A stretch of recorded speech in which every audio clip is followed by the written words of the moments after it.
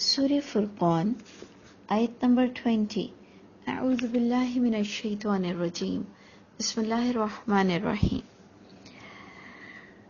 ہم نے آیت نمبر 7 میں پڑھا تھا، جس کا جواب اب آپ آیت نمبر 20 میں دیکھیں گے. آیت نمبر 7 میں تھا کہ وَقَالُوا، لوگوں نے کہا مَا لِهَذَا الرَّسُولِ، یہ کیسا رسول ہے کہ یأکل الطعام، کھانا بھی کھاتا ہے، وَيَمْشِي فِي الْأَسْوَاقِ، اور بازاروں میں بھی چلتا ہے. اس کا جواب آ رہا ہے آیت نمبر 20 میں کہ وَمَا أَرْسَلْنَا قَبْلَكَ مِنَ الْمُرْسَلِينَ، اور نہیں بھیجا ہم نے آپ سے قبل کوئی رسولوں کو الا، یعنی ہم نے جتنے بھی رسول بھیجے مگر انہم لیأکلون الطعام، وہ سارے رسول کھانا کھاتے تھے.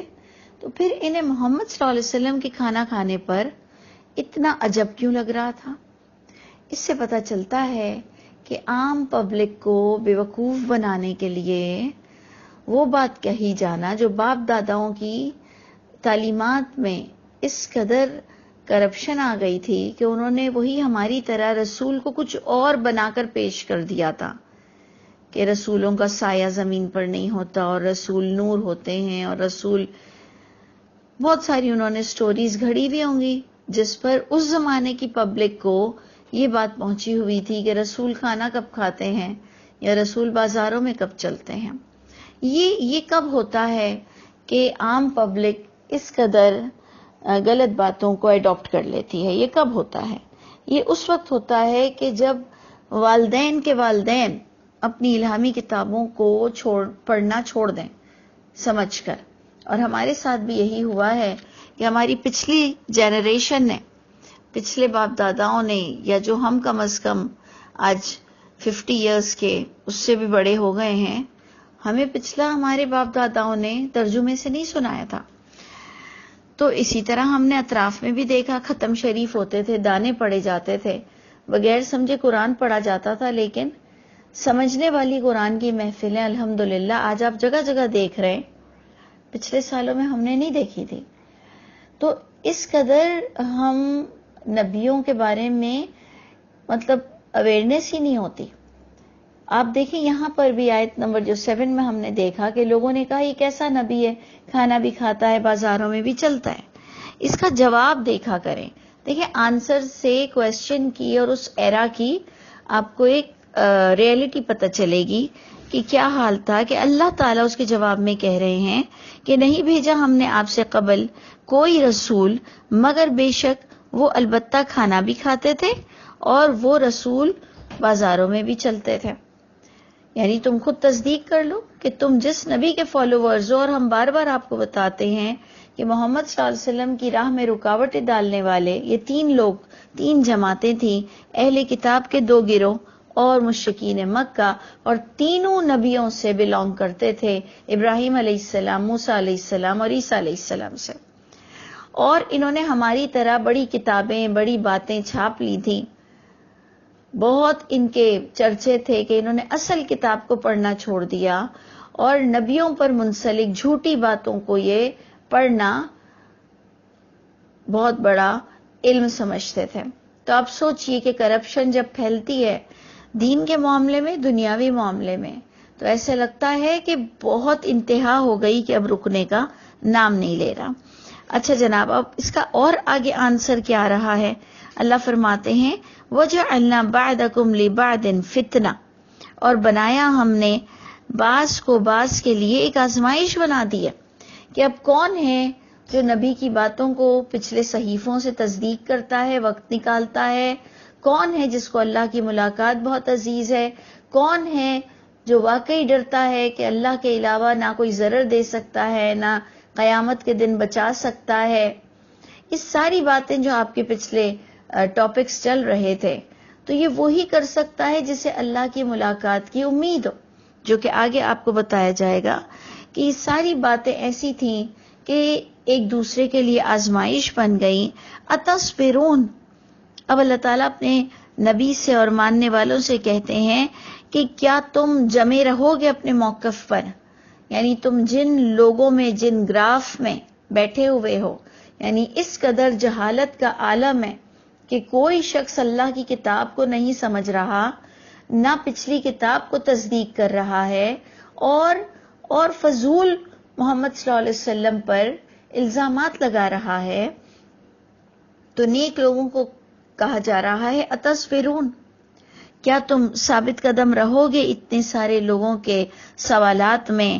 وَكَانَ رَبُّكَ بَصِيرًا، اور ہے آپ کا رب سب کچھ دیکھ رہا۔ یعنی اب اپنی پریزنٹیشن دو، اور اب تمہیں کیا کرنے کا حکم ہے؟ ایسے جاہلوں میں بیٹھ کر تم کو کیا کرنا ہے؟ تمہیں اپنی کتاب بتانی ہے، اور آپ کو اپنے موقف سے ہٹنا نہیں ہے۔ اور سٹیبلٹی کے لیے باقاعدہ قرآن اتنی بڑی آیت بتاتا ہے کہ ان الذین آمنوا وعملوا الصالحات واستقاموا۔ دیکھیں 3 چیزیں آیت میں بتائی جا رہی ہیں، ان الذین آمنوا وعملوا الصالحات واستقاموا، جو لوگ پراپر ایمان رکھتے ہیں، پھر اس ایمان کے مطابق عمل کرتے ہیں، اور پھر اپنے موقف پر ڈٹے رہتے ہیں۔ یعنی مشکل ہے ڈٹنا، جس پر وہ سٹیبل رہتے ہیں، اللہ فرماتے ہیں لہم جنات، ایسے لوگوں کو باغات مل جائیں گے۔ اور آپ دیکھیں کہ ہم یہ روزہ تک بھی، ہم یہ قرآن بھی اس وقت جو پڑھ رہے ہیں، یہ آخرت کے لیے پڑھ رہے ہیں کہ اللہ ہمیں آخرت میں بخش دیجئے گا، ہمیں عذاب والوں میں سے نہ کیجئے گا۔ تو اللہ تعالیٰ ہم سے فرماتے ہیں کیا تم جمے رہو گے اپنے موقف پر کہ لوگ کس طرح کی باتیں کر رہے ہیں؟ اب آگے جب آیت آتی ہے کہ وَقَالَ الَّذِينَ لَا يَرْجُونَ لِقَاءَنَا، اللہ تعالیٰ تعارف کرا رہے ہیں، ہم بھی دیکھیں کہ کہیں ہم اس تعارف میں تو نہیں آ رہے، ہم پر تو یہ باتیں کہیں میچ تو نہیں کر رہی۔ وَقَالَ الَّذِينَ لَا يَرْجُونَ لِقَاءَنَا، اور کہنے لگے وہ لوگ جو امید نہیں رکھتے ہیں ہماری ملاقات سے، یعنی انہیں آخرت کی حقیقت کا اندازہ نہیں ہے، کہ لولا انزل علینا الملائکہ، تو وہ کہتے ہیں، ان کی اب ایک اور ڈیمانڈ آ گئی کہ کیوں نہیں نازل ہوتے ہم پر بھی فرشتے۔ ایسا لگتا ہے انہیں اپنے نبیوں کے بارے میں کوئی عطا پتہ نہیں ہے، اور یہ ہماری طرح نبیوں پر جان دینے کو تیار ہیں۔ بالکل ہمارا والا حال ہے، عاشق رسول ہم ہیں، اور ہمیں رسول صلی اللہ علیہ وسلم کی وحی والی کتاب جو ان کے قلب پر وحی ہوئی، اس کے بارے میں ہمارے پاس کوئی نو ہاؤ نہیں ہے۔ ہم لڑتے ہیں تو حدیثوں کے معاملے میں لڑتے ہیں، ہم لڑتے ہیں تو روایتوں کے معاملے میں لڑتے ہیں۔ ہمارے بڑے بڑے سیکٹ بن چکے ہیں جو سنی اور شیعہ ہیں، اور دونوں کے پاس حدیثوں کی کتابیں مختلف ہیں۔ سوچیں، غور سے سوچیں کہ اتنا ایزی ٹاپک جو کہ بہت ہی عام ہونا چاہیے، انہوں نے کہا کہ کیوں نہیں نازل ہوتے ہم پر فرشتے، او نرا ربنا، کیوں نہیں ہم دیکھ سکتے ہمارے رب کو؟ یعنی اتنا بیسک عقیدہ جو ہم اپنے بچوں کو سکھاتے ہیں، قرآن سمجھنے والے ماں باپ جو اپنے بچوں کو اس باتیں سکھاتے ہیں کہ ایک لیڈر پر، ایک بڑے پر اللہ تعالیٰ وحی کرتے ہیں، اور یہ صرف محمد صلی اللہ علیہ وسلم کے ساتھ نہیں ہوا کہ ہم کسی کمپلیکس کا شکار ہوں، ہم کسی بھی طرف نظر دوڑا لیں، اہل کتاب کے 2 گروہ اور مشرکین مکہ اس بات کو جانتے ہیں کہ ان کے بھی نبیوں میں ایک نبی سے ہی اللہ نے خطاب کیا، انہی پر اللہ نے وحی کا نزول کیا۔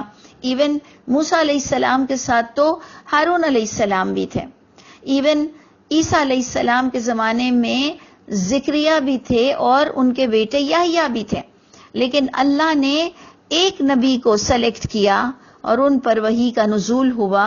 یعنی یہ بات بہت بیسک ہے، یہ بات کیوں نہیں سمجھ آتی؟ کیونکہ اصل کتاب کی تعلیمات سے اتنا بندہ دور رہتا ہے کہ وہ بیسک کویسچن کرتا ہے اور اس میں لڑتا ہے کہ ہم پر فرشتے کیوں نہیں اترتے، یہ محمد صلی اللہ علیہ وسلم کو کیوں وحی دی جاتی ہے، یا ہم کیوں نہیں دیکھ سکتے ہمارے رب کو۔ اللہ تعالیٰ اس کے بھی آنسر میں ہمیں اصل حقیقت بتاتے ہیں کہ ایکچوئل ان کے اس کویسچن کے اندر کیا تھا، یہ کون لوگ تھے۔ اللہ فرماتے ہیں لَقَدِ اسْتَكْبَرُوا فِي أَنفُسِهِمْ، البتہ یقیناً تکبر کیا انہوں نے اپنی نفس میں، یعنی انہیں بھی بات کا اندازہ ہے، لیکن ان کے پاس ایک اکڑ ہے کہ ہم آپ کی وجہ سے کیوں اپنے کانسیپٹ کو بدلیں، اور یہ جانتے ہیں اندر سے کہ ساری الہامی کتاب ایک ہی بات کرتی ہے، لیکن ان کے اندر ایک تکبر ہے کہ آپ کیوں بتانے آئے ہو. ان کی اپنے اندر وَعَتَوْا عُتُوًّا کبیرہ، اور اللہ فرما رہے انہوں نے سرکشی کی ہے، بہت بڑی سرکشی، یعنی انہوں نے بہت بڑی نافرمانی کی ہے کہ یہ تکبر کی وجہ سے محمد صلی اللہ علیہ وسلم کی بات کو سمجھنے پر تیار نہیں ہے. تو یہ آپ اور میں اپنا بھی محاسبہ کریں کہ اگر ہم کوئی ایسی حدیث، ایسی روایت بیان کرتے ہیں جو کہ قرآن کے خلاف جا رہی ہو، لیکن اگر آپ نے تہیہ کر لیا ہے کہ امام بخاری کی ریسرچ کے بعد کوئی ریسرچ نہیں ہوگی، تو آپ کا اور میرا معاملہ اللہ کے پاس ہے، اور پھر ہمیں پہلے دنیا میں بھی بھگتنا پڑے گی سزا. جو یہ کہہ دے کہ نہیں جناب جو ریسرچ ہو چکی ہے وہ ہو چکی ہے، اب کوئی ریسرچ اس کے دروازے نہیں کھلیں گے، اور وہ بھی دین میں، اور دنیاوی معاملے میں آپ روز آگے بڑھنے پر تیار ہیں. آپ کی ریسرچ، آپ کا اسٹینڈرڈ روز بڑھتا ہی چلا جا رہا ہے، لیکن دین کے معاملے میں آپ اپنی رب کی کتاب کو بلند رکھو، جو کہ آپ کو سورہ مدثر میں ملتا ہے کہ یا ایھا المدثر قم فانذر وربک فکبر.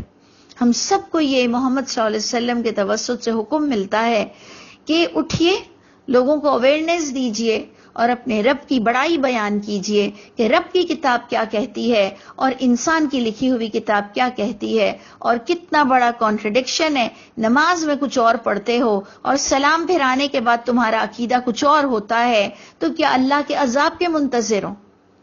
ایسے لوگوں پر خدا نہ خواستہ اگر ہم بھی ایسی ہی سرکشی میں اور تکبر میں ہیں تو جیسے دوسرے نہ بچ سکے ایسے ہم بھی نہیں بچیں گے. اور آج آپ دیکھو مسلمانوں کا حال یہ ہے کہ ہر انسان اپنی اپنی کتاب ہاتھ میں لے کر کھڑا ہے اور قرآن کو بھی مانتا ہے، لیکن دوسری ہاتھوں کی لکھی ہوئی کتاب پر ہم جھگڑے ڈال کر اپنی قوت کو ہم ختم کر چکے ہیں.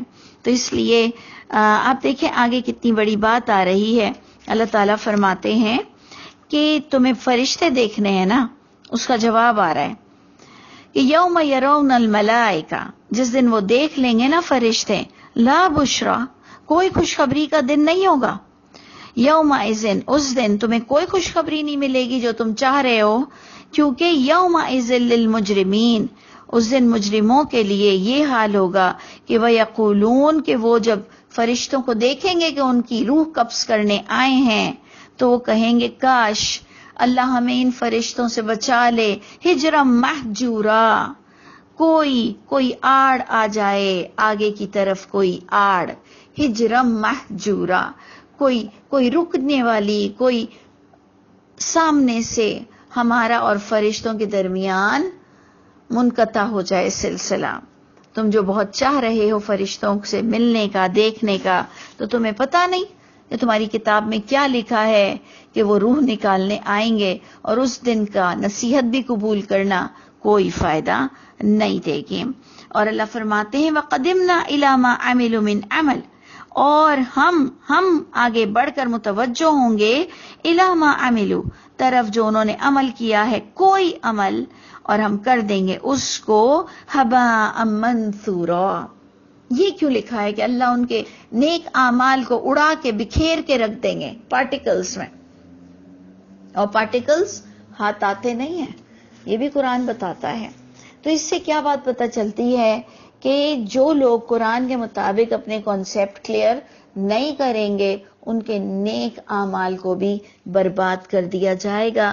کچھ اتنے کمپلسری کانسیپٹ ہیں قرآن سے، پچھلی الہامی کتابوں سے، کہ اگر آپ اور میں نے بیٹھ کر ڈسکس نہ کیے، اور اگر ہمارا کہیں سے وہ شرکیہ عقیدہ جو کہ ہم پازیٹیوٹی کے ساتھ بیان کرتے ہوں اور دراصل وہ ہو شرکیہ عقیدہ، اور ہمیں اگر اس کا احساس نہیں تو ہمارے نیک اعمال کو برباد کر دیا جائے گا. اس لیے اللہ تعالیٰ مجھ کو اور آپ کو وقت نصیب فرمائے کہ ہم ایک دوسرے سے ضرور ڈسکس کریں. اللہ کرے کہ میری بھی اصلاح ہو جائے، آپ کی بھی اصلاح ہو جائے.